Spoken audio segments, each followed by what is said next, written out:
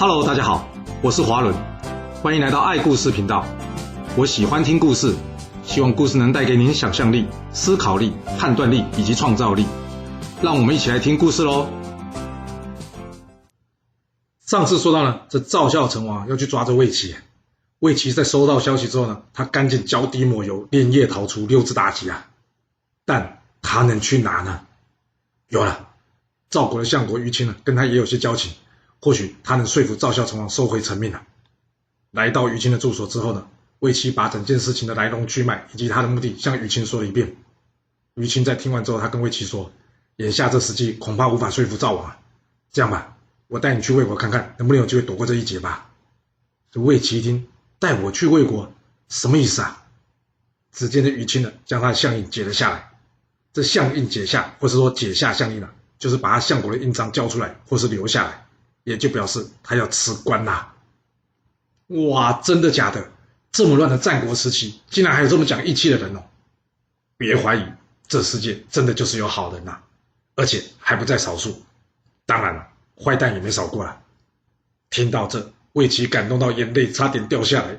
不过于钦跟他说：“你先别感动了吧，赶紧准备准备，跟我一起逃出赵国，确认你平安吧。”魏齐点了点头之后，接着两人连夜抄小路，开始展开大逃亡啊！这两人边跑边想，要逃去哪呢？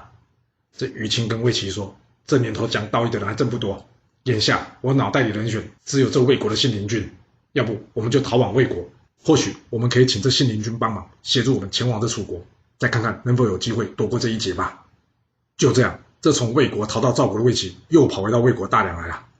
来到魏国之后，于钦赶紧找人去通知这信陵君啊。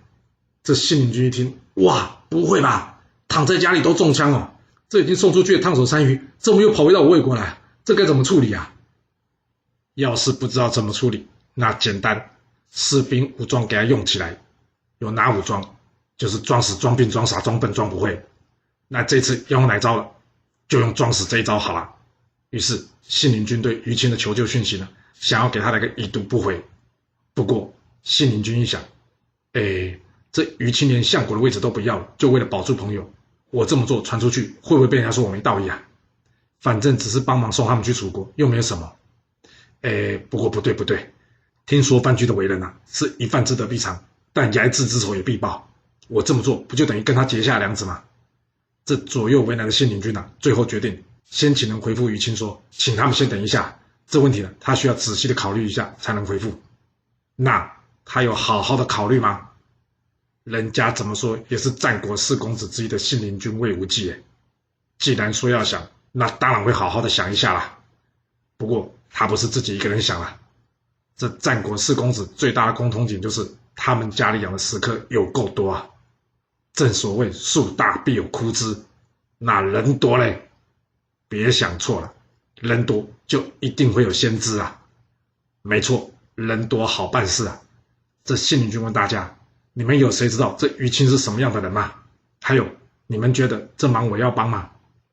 这时刚好有一位叫做侯嬴的老先生，他也在他旁边。这边要先打个岔，特别介绍一下这位侯嬴啊。这侯嬴当时呢，年纪大约70多岁，他原先一直以来工作呢，是负责看守魏国大梁城的仪门啊。他家境清寒。一天，这信陵君在听说他是一位隐士之后啊，特地前往去聘请他。那信陵君虽然带了一大堆的伴手礼去了，但是侯嬴啊并没有接受。这信陵君一看，不要收礼也行，要不我就请您吃顿饭，交个朋友吧。这侯嬴点了点头。之后信陵君在准备好招待侯嬴用餐之后呢，他亲自当起司机去接这侯嬴。他把车上最尊贵的位置留给这侯嬴。这侯嬴一看呢，他也老大不客气了，一屁股就坐了上来。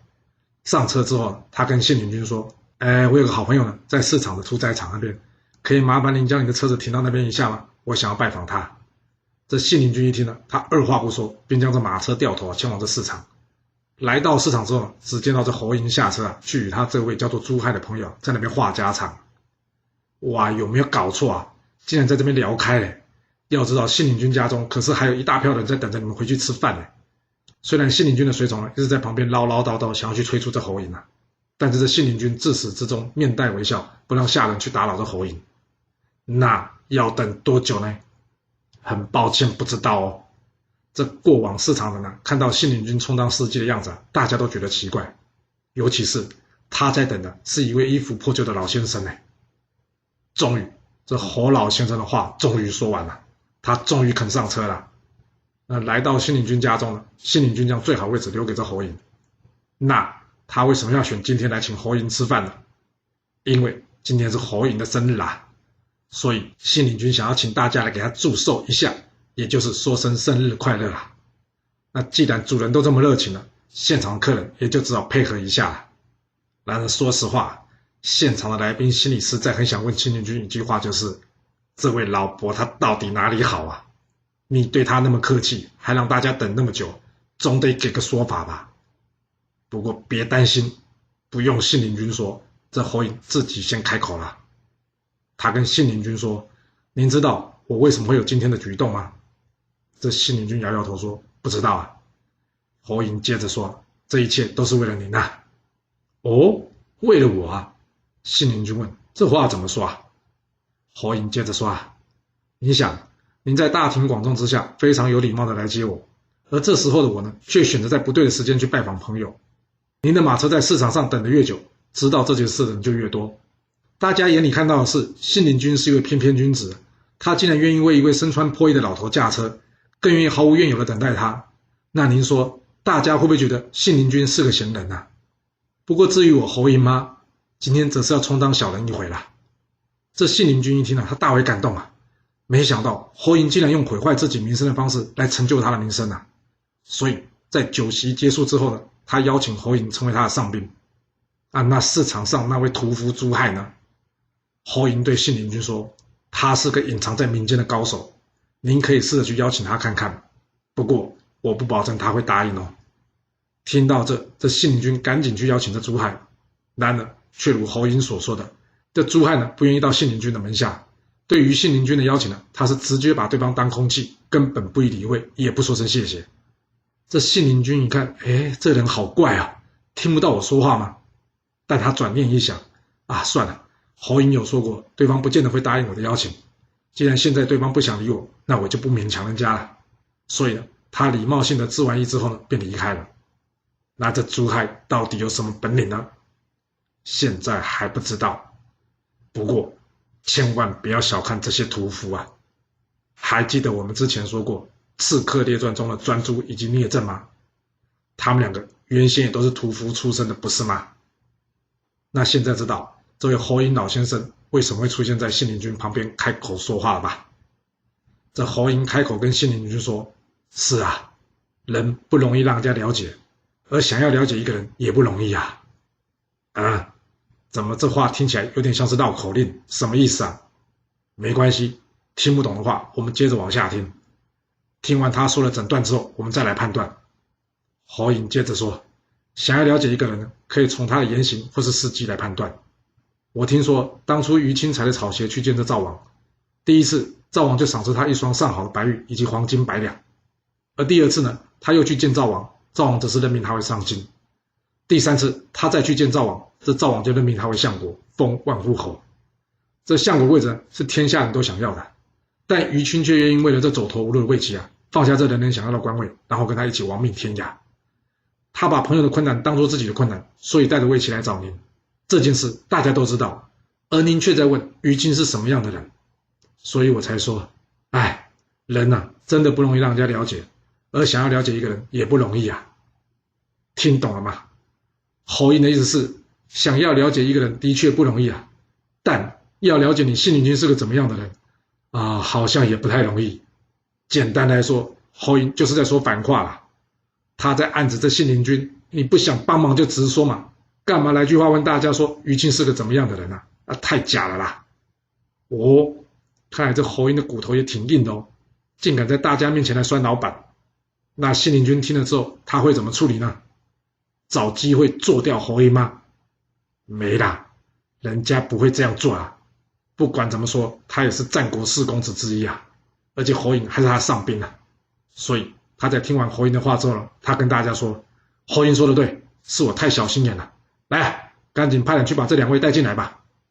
不过为时已晚了，因为在外面等待的魏齐呢，听到这信陵君说，他要想一想之后才能回复要不要接纳他们，而这一等又等了许久。这魏齐难过的对于钦说：“真想不到，我魏齐曾经在魏国担任到相国，但魏国的人却对我见死不救，反倒是你这位赵国的朋友，愿意为我放弃荣华富贵，与我一起亡命天涯。于大哥，我看你也别跟我跑了吧，这样会连累您的。”说完，他冷不防的将他身上佩剑拔出，唰的一声，就这样结束了他自己的一生。哎，又是一个不重视生命的失败案例。这多等一下不就有机会了吗？人家范雎都可以忍受你的侮辱，然后找机会向你报仇，你就这么忍不住，多等一些时间也不愿意。还有，就算不想等，不想跟范雎争也行啊，那也不一定要寻短啊，可以归隐嘛。反正当时要找个人也没那么容易啊，要不然孙武跟鬼谷子还有老子跑到哪去，怎么都没人知道啊。哦，对吼，讲到老子，我之前竟然忘了提这位道教的开派宗师这么重要的人物诶。这老子姓李，名耳，字丹啊，他是楚国人。他著名的事迹呢，就是孔子曾经向他请教过礼这件事。他主张无为二治，天人合一，而且呢，他很养生。按照史记上的说法是，他活了160多岁，或是说200岁。而他最有名的事迹就是什么？他留下一部呢5000多字的《道德经》，若有兴趣的话，可以去看一看。虽然老子在学术上成就很高，不过在政治上事迹却不多，所以我之前才会落掉他了。好，岔题了，我们回来继续说这魏齐吧。这魏齐自杀之后，那他的尸体该如何处理呢？这赵孝成王听到这消息之后呢，他赶紧通知魏安厉王，跟他说：“我这里有在做资源回收啊，这魏齐的人头，要是你不要，可不可以给我，让我来回收处理一下？”这魏安厉王一听，也好了，正好做个顺水人情。于是呢，他找人将魏齐人头送去给这赵王。就这样，魏齐人头最后终于收到秦昭襄王的手中了。那平原君呢？秦昭襄王跟他没有什么深仇大恨，加上赵国现在已经不是秦国的对手了，所以在拿到魏齐人头之后，秦昭襄王也就自然的放他回去赵国了。至于于钦吗？于钦后来就留在魏国，专心当起了学者。他著有《于氏春秋》，专门批评各国的施政状况。想一想这魏齐当初不过就是听了虚谷的虚假报告，才会冤枉范雎，没想到竟然会落到这个下场。这最该死的应该是虚谷吧，然而他却因为一件旧衣服而获救，反倒是魏齐自己却要亡命天涯，最后身首异处。只能说听别人的话一定要小心求证，要不然你倒霉了，他都还不见得会有事。这平原君回国不久之后呢，赵国的缓兵之计已经到达极限了，所以这赵国不愿意履行合约的消息也已经传到了秦昭襄王的耳里了。那秦国会打过来吗？当然会啦！秦昭襄王可是一直奉行着只准我骗人，不准人骗我，还有就是只准我欺负人，不准人欺负我的信条啊！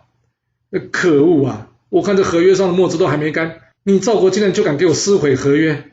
我这要不出兵灭了你，那我秦昭襄王以后脸还要往哪里放啊？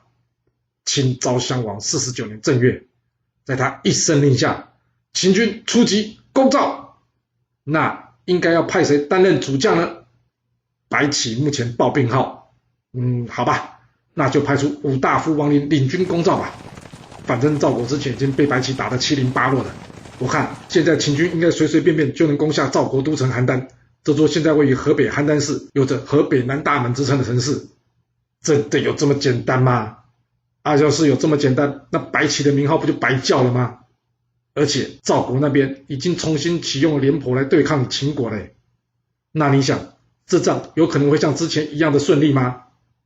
没错，王陵在损失了5位将领之后呢，这邯郸城依旧不为所动啊。听到这，秦昭襄真的是气炸了，这没用的王陵，打个快要亡国的赵国，竟然还给我损兵折将，没办法成功。就在这时候，听说白起的身体好些了，这秦昭襄王赶紧去找这白起，要他去前线领军灭赵。这白起一听，他回答秦昭襄王说：“大王不可以啊！当初我有跟您报告，我们若不把握长平之战后一举攻灭赵国的机会，将来要灭赵会非常的困难。现在赵国军民同仇敌忾，秦国要攻打本来就不容易。大王，我知道要是我出战，就算没胜算，你也不会怪罪于我。然而要是我不出战，虽然没有罪过，却有可能被你处死的风险。但我还是希望大王您能够接受我的建议，放弃攻打赵国吧。我们可以先养精蓄锐，等待各国诸侯内部发生变化之后，再找机会将他们各个击破啊！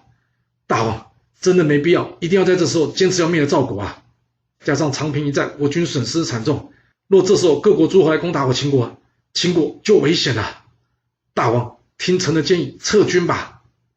秦昭襄王一听，你开什么玩笑撤军？这不就被人看扁了吗？那以后我跟各国签约，人家还要不要履行啊？虽然秦昭襄王就是想要白起领军，但白起回他一句，臣身体尚未康复，无法领军啊。这让秦昭襄王听了也不好强人所难。回去之后，他把这状况跟范雎说。这范雎一听他说，大王，该不会白起还在庆龄当初没听他的话，从赵国撤军吧？这秦昭襄王一听说，不会了，白起不会记这种仇啊。接着范雎自告奋勇说，要不让我去试试看，看看能不能说服他。这秦昭襄王想，也好，找个比较会说话的人去试试看。那范雎有成功说服白起吗？或是换个角度来说吧，你觉得范雎有需要说服白起吗？没错，范雎根本就没打算说服白起啊，这趟过去纯粹是演戏啦。他只要回报秦昭襄王，白起还是不同意出兵就可以了。重点是两人会面说了什么，谁知道？他在里面加油添醋给白起穿小鞋，你觉得秦昭襄王会向白起亲自求证吗？或是白起事后会亲自向秦昭襄王主动说明今天两人谈话的内容吗？我想都不会吧。所以像这种一对一的面谈，一定要很小心对方的用心啊。那既然白起坚持不肯出兵，秦昭襄王也没办法，他只好改派王和代替王陵继续攻打赵国。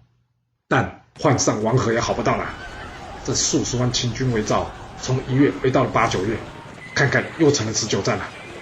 不过赵国也不就是在那里等着挨打的，赵国也很清楚啊，目前在军事上赵国是无法战胜秦军的，所以早在接到秦军出兵攻打邯郸的消息之后呢，赵国立刻展开了外交策略。